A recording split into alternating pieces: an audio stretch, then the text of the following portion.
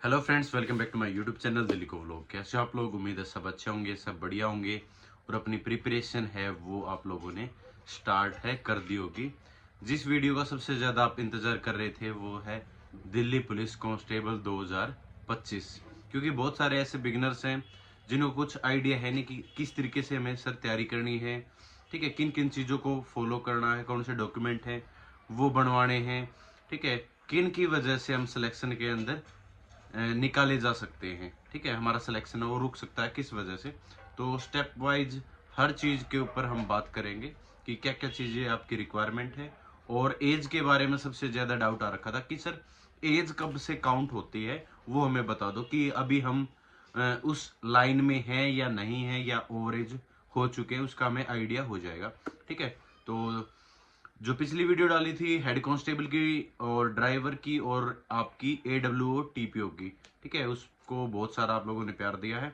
आप लोगों ने देख भी ली होगी। अगर किसी ने नहीं देखी है तो दोबारा चैनल पे जाके उन वीडियो को देख सकते हो। आपको कंप्लीट डिटेल इंफॉर्मेशन है वो आप लोगों को वो मिल जाएगी।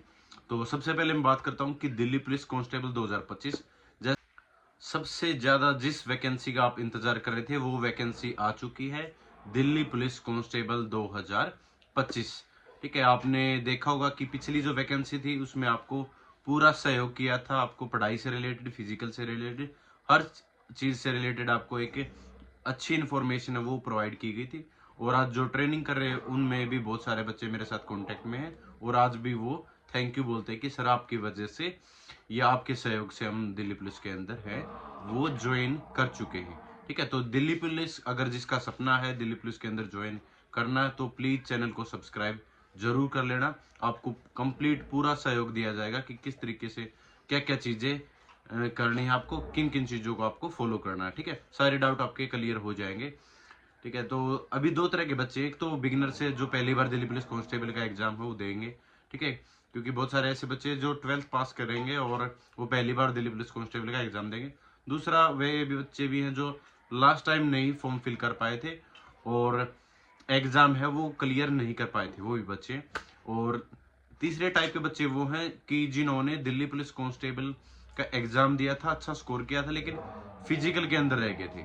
ठीक है, तो उनके लिए भी एक स्पेशल मैसेज है कि आप लोग ओवर कॉन्फिडेंट मत हो जाना कि सर मैंने लास्ट वाली वैकेंसी में 80 मार्क्स ले आए थे, 85 मार्क्स ले आए थे। ये अलग एग्जाम है।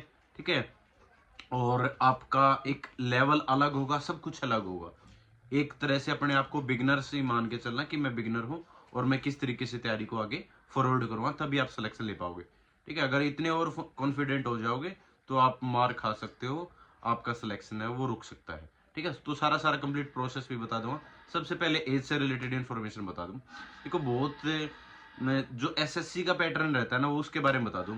एसएससी का पैटर्न ये रहता है कि अगर जून तक आपकी वैकेंसी आ जाती है, ठीक है, जनवरी से जून के बीच में अगर आपका नोटिफिकेशन है वो जारी होता है, ठीक है, या एडवर्टीजमेंट है वो जारी होती है, तो आपकी जो डेट है वो काउंट होती है 1 जनवरी से। ठीक है, 1 जनवरी से। और अगर जून के बाद भी मान लो, ये मान लो कि अगर 1 जुलाई से भी अगर आपकी एडवर्टीजमेंट है या इस तरीके से है, तब भी आपकी 1 जनवरी काउंट की जाती है।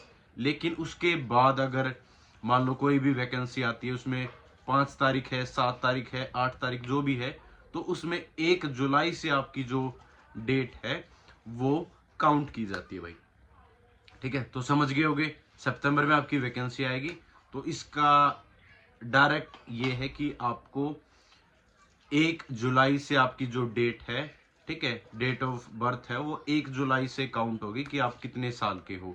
ठीक है, तो आप कैलेंडर जो कैलकुलेटर होता है, एज कैलकुलेटर, उसमें आप देख सकते हो कि आपकी एज है वो कितनी हो जाएगी 1 जुलाई तक। ठीक है, आप ओवर एज हो या क्या हो। दूसरी चीज, अगर आप ओवर एज हो चुके हो तो आप ड्राइवर वाली वैकेंसी है वो देख सकते हो। ड्राइवर की भी आपकी अच्छी पोस्ट होती है। ठीक है, दिल्ली पुलिस के अंदर वो दिल्ली पुलिस का ही आप कैंडिडेट है, दिल्ली पुलिस का ही एक मेंबर है, वो समझे जाते हो कि आप दिल्ली पुलिस में लगे हुए हो। सिर्फ आपकी ड्यूटी है वो ड्राइविंग की रहती है। ठीक है, बाकी सारी चीजें सिमिलर रहने वाली है, आपके सारे अलाउंसेस सारी चीजें। ठीक है, तो सबसे पहले आपको डेट है वो कंफर्म हो चुकी होगी आपकी। ठीक है, अब दोबारा से मैसेज के अंदर किसी को पूछने की जरूरत है नहीं कि सर हम ओवर एज हो चुके हैं या क्या हम फॉर्म फिल कर पाएंगे। अपना हिसाब या अपना जो एज काउंट है वो कर सकता है, ठीक है। तो सबसे पहले बात कर लूँ कि डॉक्यूमेंट क्या क्या चाहिए। आप 12th पास हो, किसी भी स्ट्रीम से हो, चल जाएगा। दूसरी चीज, आपके पास ड्राइविंग लाइसेंस है, वो कंपलसरी है, लाइट, ठीक है। बहुत सारे बच्चे अभी भी ये पूछ रहे हैं सर कार या बाइक, दोनों इंक्लूड हो भाई, बाइक भी और कार भी। अब ये बोलेंगे सर हमें तो कार नहीं आती चलानी, भाई वो आपके आरटीओ पे डिपेंड करता हो किस तरीके से लाइसेंस बनाता है, ठीक है। वो ठीक ठाक हिसाब से बनाता है तो अपनी गाड़ी है वो सीख लो और तब जाके आप अप्लाई कर दो। और क्योंकि कंपलसरी है भाई, जरूरी है, इसमें कोई ये नहीं है कि बनाऊं ना बनाऊं, आपको बनवाना पड़ेगा, ठीक है। और ड्राइवर के लिए हैवी लाइसेंस जरूरी है, तो आपके पास लाइट हो, सिर्फ लड़कों के लिए, लड़कियों के लिए कोई रिक्वायरमेंट नहीं है। तो आपके पास लाइट, ठीक है, एलएमवी आपके पास लाइसेंस हो जिसमें कार और बाइक दोनों इंक्लूड हो, ठीक है। ये डॉक्यूमेंट जब आप फॉर्म अप्लाई करोगे तब नहीं रिक्वायरमेंट है, ये जब आप फिजिकल के लिए जाओगे, फिजिकल देने जाओगे तो उस टाइम पर आपका देखा जाएगा।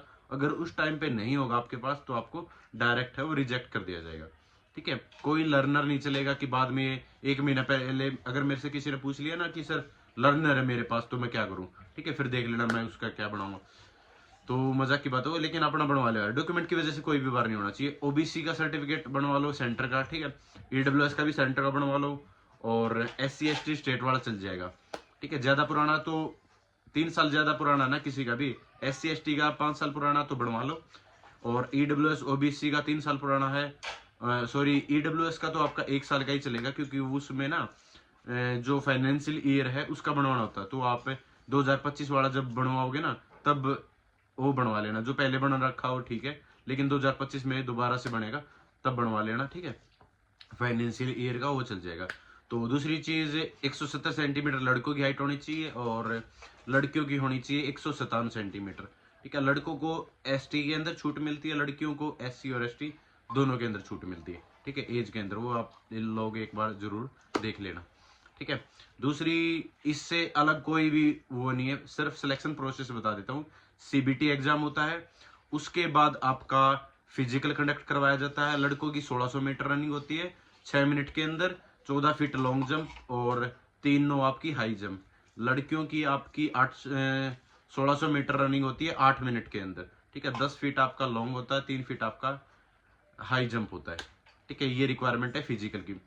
एग्जाम के बाद फिजिकल होगा, फिजिकल के बाद डायरेक्ट आपकी जो फाइनल मेरिट लिस्ट है वो लगा दी जाती है, उसके बाद आपका मेडिकल है वो करवाया जाता है। देखो मेडिकल में ये फंडा होता है कि अगर पिछली बार हुआ था आर्मी वाले हॉस्पिटल में, आर्मी वाले हॉस्पिटल में होगा तो ना आपके हाथ में ना हमारे हाथ में, किसी के हाथ में नहीं है। अगर जो पॉइंट बनेगा वो बनेगा, उससे आप बाहर हो जाओगे। अगर आर्मी के हॉस्पिटल में नहीं हुआ आपका मेडिकल तो ये समझ लो कि आप सभी के सभी मेडिकल के अंदर फिट हो जाओगे, ठीक है। अगर हाथ पैर ठीक है आपके, अगर हाथ पैर ठीक है तो सारे बच्चे मेडिकल के अंदर फिट हो, ठीक है। बाकी सारी ज्यादातर उम्मीद यही है कि दिल्ली के हॉस्पिटल में आपके मेडिकल है वो करवाए जाएंगे, क्योंकि पहले भी दिल्ली के ही हॉस्पिटल में होता था। लास्ट टाइम इन्होंने आर्मी वालों में जल्दबाजी के चक्कर में करवा के देख लिया, वहां पर बहुत सारे बच्चे हैं वो अनफिट हो गए, ठीक है। अब दोबारा उनको शायद मौका ना मिले, ठीक है, उनके अंदर करवाने का। तो यही है कि इसके ऊपर दिमाग में मत डाउट रखो कि सर हम वहां से करवाए वहां से करवाए।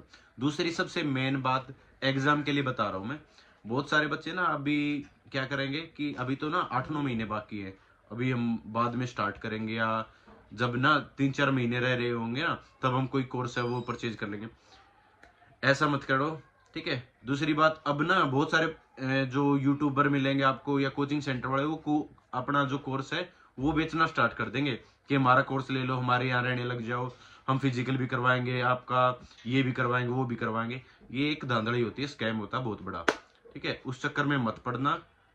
आप अपनी तैयारी है सेल्फ स्टडी के द्वारा कर सकते हो, मैंने भी सेल्फ स्टडी के द्वारा सिलेक्शन ले रखा, आप भी ले जाओगे, बहुत सारे बच्चों ने ले रखा है, ठीक है। सिलेक्शन मिलेगा आपको सिर्फ सेल्फ स्टडी के द्वारा, गाइड मैं कर दूंगा कहाँ से क्या क्या पढ़ना है, ठीक है। चाहे वो पेड हो अनपेड हो कैसा भी हो वो मैं गाइड कर दूंगा, बुक वगैरह सब कुछ बता दूंगा, ठीक है। कोई भी पेड प्रमोशन नहीं होगा, वैसे ही बता दूंगा मैं कि हाँ इस तरीके से ये बुक आप फॉलो कर सकते हो या इनको भी फॉलो कर सकते हो, कोई ऐसी बड़ी बात नहीं है भाई। जो अच्छे चैनल है उनका नाम भी ले दूंगा। बाकी मान लो जैसे आप किसी बड़े चैनल से देखोगे ना कि दिल्ली पुलिस की तैयारी कैसे करे, वो क्या करेंगे, हम करवाएंगे तैयारी, हमारा ये बैच चलाएगा, इतने महीने बैच चलेगा, आपको रेगुलर क्लासेस मिलेंगी, इस टीचर से पढ़ना, उस टीचर से पढ़ना। उसमें क्या होता है, सिर्फ एक सिंगल टीचर ऐसा होता है जो ठीक ठाक पढ़ा रहा होता है। जैसे मान लो पूरा पूरा कोर्स बेच रहे हो, उसमें एक टीचर होगा जैसे हिस्ट्री का या इंग्लिश का या फिर मैथ का, कोई ऐसा टीचर है जो अच्छा पढ़ाता है, ठीक है। बाकी और टीचर वो ठीक ठाक पढ़ाते हैं, लेकिन फिर भी वो पूरा पूरा कोर्स बेच देते हैं, और बच्चों को एक सब्जेक्ट तो आपका सिलेक्शन दिलवा नहीं सकता। सिलेक्शन तो ओवरऑल, अगर सारे सारे आप टॉपिक है वो अच्छे से कवर करोगे, प्रीवियस ईयर करोगे, तब भी आप सिलेक्शन ले सकते हो, ठीक है। तो ऐसे बहकावे में नहीं आना है कहीं जल्दबाजी के चक्कर में कि नहीं नहीं अब तो ये भी कोर्स ले लिया, वो भी ले लिया, ये भी खरीद लिया, वो भी खरीद लिया, उस चक्कर में मत पड़ना। आपको राइट गाइडेंस मिलेगी, इस चैनल को फॉलो कर लो, ठीक है। टाइम टू टाइम आपको बता दिया जाएगा कि कहाँ से कब क्या स्टार्ट करना। बाकी मैं अपने चैनल से भी कुछ ऐसा स्टार्ट करूँगा कि आपको टारगेट देता रहूँ कि आपको ये पढ़ना है, ये चीजें आपको फॉलो करनी, ठीक है। जिसने टेलीग्राम ग्रुप नहीं ज्वाइन किया, वो टेलीग्राम ग्रुप है वो ज्वाइन कर सकता है। दिल्ली को व्लॉग जो मेरा यूट्यूब का चैनल है वही आपका टेलीग्राम का चैनल है, तो उसमें आप ज्वाइन कर सकते हो, वहां पर अपने जो डाउट वगैरह वो शेयर कर सकते हो, ठीक है। तो वीडियो थोड़ी लंबी हो जाएगी, अभी तो यही बताने की कोशिश कर रहा था कि मेडिकल के ऊपर नहीं डरना, डॉक्यूमेंट पहले से पेंडिंग हो तो बनवा लो, ठीक है। और बुक से रिलेटेड मैं स्ट्रेटेजी हो लेके आ जाऊंगा। जीएस आपकी 50 नंबर की आती है, 25 की रीजनिंग और 15 का मैथ, 10 का कंप्यूटर, ठीक है। ये आपका सिलेबस होता है। जो भी बिगिनर है, जो अगर पहली बार वीडियो देख रहा था, उसको बताने के लिए मैंने बता दिया। बाकी बहुत सारे बच्चों को आपको आइडिया होगा। फिजिकल के टाइम पे मैं आपको फिजिकल का बताऊंगा, अभी कोई फिजिकल की प्रिपरेशन नहीं करनी है, ठीक है। जब आपका एग्जाम आने को हो ना, उससे 1 महीना पहले आप फिजिकल की तैयारी करने स्टार्ट है वो कर देना, ठीक है। बाकी कोई और डाउट हो तो आप कमेंट सेक्शन के अंदर आप कमेंट करके डाउट है, क्वेरी है, कुछ भी पूछ सकते हो। आपको पता है आपके हर कमेंट का जवाब मैं देता हूं, ठीक है। एक सिंगल ऐसा यूट्यूब चैनल है जो आपके सिंगल कमेंट का भी जवाब देता है, ठीक है। तो इतना ही प्यार बनाए रखना और थैंक यू सो मच। जय हिंद, सभी को नमस्कार।